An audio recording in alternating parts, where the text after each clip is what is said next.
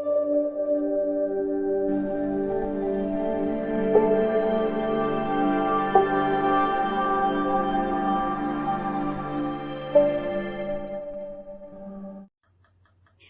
की शादी के बाद वो ससुराल चली जाती है। पीछे रह जाती है भाभी रानी। सिद्धि के ससुराल जाते ही भाभी कहती है, अरे वाह जी वाह, सारे कपड़े मेरे। हाय रे पैंट, अरे वाह वाह, मजा आ जाएगा। अरे ये सिद्धि की अलमारी के सामने खड़े होकर क्या बड़बड़ा रही है? जाकर देख मेहमानों को विदाई की मिठाई मिली कि नहीं। अब हाँ माँ जी, क्यों नहीं, लेकिन पहले कपड़े तो बदल लूं। अब रानी आ जाती है सिद्धि के उन कपड़ों में जो वो ससुराल जाने से पहले घर छोड़ जाती है। अरे रानी, कुछ दिन रुक जाती। अरे ये तो सिद्धि बिटिया को मैंने ही दिया था, बड़ा ही फबता था उस पर, तुझ पर तो कुछ खास नहीं लग रहा। अब वो ना मेरे सारे कपड़े गीले थे तो सोचा पहन लूं।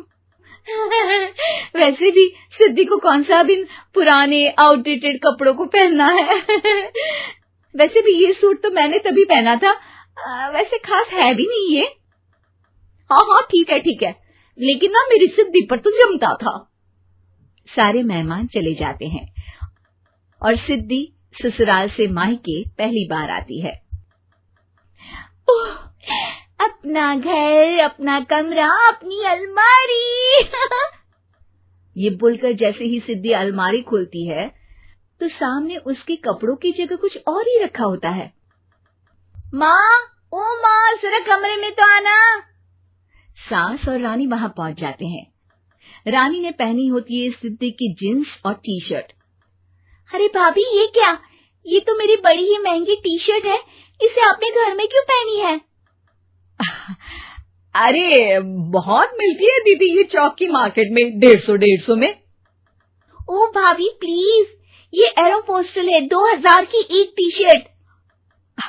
ओह, 2000 में तो दीदी 4 साड़ी आ जाए। अब क्या बोलूं? भाभी, ये मेरी अलमारी में छोटू के कपड़े, तो मेरे कपड़े कहाँ हैं? मेरी अलमारी में? अब दीदी आपको कौन से पुराने कपड़े पहनने थे?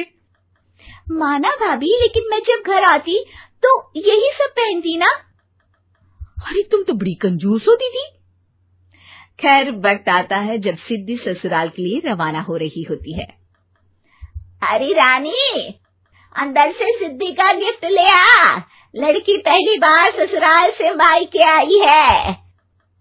रानी अंदर जाती है और एक सिंपल सी साड़ी लेकर बाहर आ जाती है। ये लीजिए माँ जी। सास बेटी को गिफ्ट देकर ससुराल भेजती है। अगले दिन रानी एक सुंदर सी साड़ी पहनकर सामने आती है। अरे रानी, ये तो वो साड़ी है जो मैंने सिद्धि को देने के लिए दी थी जब वो ससुराल ले जाती, लेकिन ये तूने कैसे पहन ली? अरे माँ जी, ये साड़ी तो मुझे बहुत पहले से ही पसंद थी, लेकिन चिंता ना करिए, मैंने सिद्धि के लिए भी अच्छी सी साड़ी दी है। हाँ। तभी सिद्धि का फोन आता है। क्या माँ, कुछ अच्छा तो दिया होता ससुराल ले जाने के लिए। अरे पहले दिखा दिया होता। ये चमकते हुए पैकेट में नौकरानी वाली साड़ी मत दिया करो माँ। अरे बेटे, वो तेरी भाभी ने ना गलती से उससे पैकेट बदल गया। हाँ, मैं कल ही तेरे भाई के हाथ से तेरा वाला पैकेट भेज दूंगी। अरे रहने दो माँ, आई एम श्योर भाभी ने अभी वही साड़ी पहनी होगी जो तुमने मेरे लिए रखी थी। तुम तो समझ नहीं पाई उनको। खैर छोड़ो, मैं ज्यादा बोलती अच्छी नहीं लगती, रहने दो, आपको उन्हीं के साथ रहना है, फिर बात करेंगे। सास को रानी पर गुस्सा आ जाता है। वो उसके कमरे में जाती है जहाँ वो शादी का एल्बम देख रही होती है। रानी, मार्केट जाकर एक ऐसी ही साड़ी लेकर आ, कल प्रतीक जाकर सिद्धि के घर दे आएगा। अरे क्यों माँ जी, कितनी साड़ी देनी है दीदी को? यहाँ कोई सेल लगी है क्या? अरे चुप कर, मेरे बेटी के हिस्से की साड़ी खुद पहन ली, अब ज्यादा ज्ञान बांट रही है। एक दिन सिद्धि का फोन आता है। माँ, मेरी सास ने आप सबको खाने पर बुलाया है। सारे लोग सिद्धि के ससुराल पहुंचते हैं। खाना खाकर वो लोग निकल रहे होते हैं कि सिद्धि की सास सभी को गिफ्ट देती है। अरे बहन जी, बेटी के घर का खाना खा लिया यही बहुत है, जो आप ऊपर से गिफ्ट भी दे रही है। अरे बहन जी, आप भी कहाँ इन बातों पर विश्वास कर रही हैं। सास सभी को गिफ्ट देती है, लेकिन रानी को जो साड़ी देती है वो अजीब सी हरे रंग की लाल रंग की बड़ी छाप वाली होती है। अरे छी, ये कौन पहनेगा? सासू माँ को तो जरी वाली इतनी सुंदर, और मेरे लिए ये नौकरानी वाली। अरे भाभी, दरअसल मैं जब भी घर आती थी आप वापसी में ऐसी ही साड़ी देती थी ना, तो माँ ने सोचा कि आपको आपकी पसंद की ही साड़ी क्यों ना दी जाए। बेचारी रानी, बोलती भी तो क्या।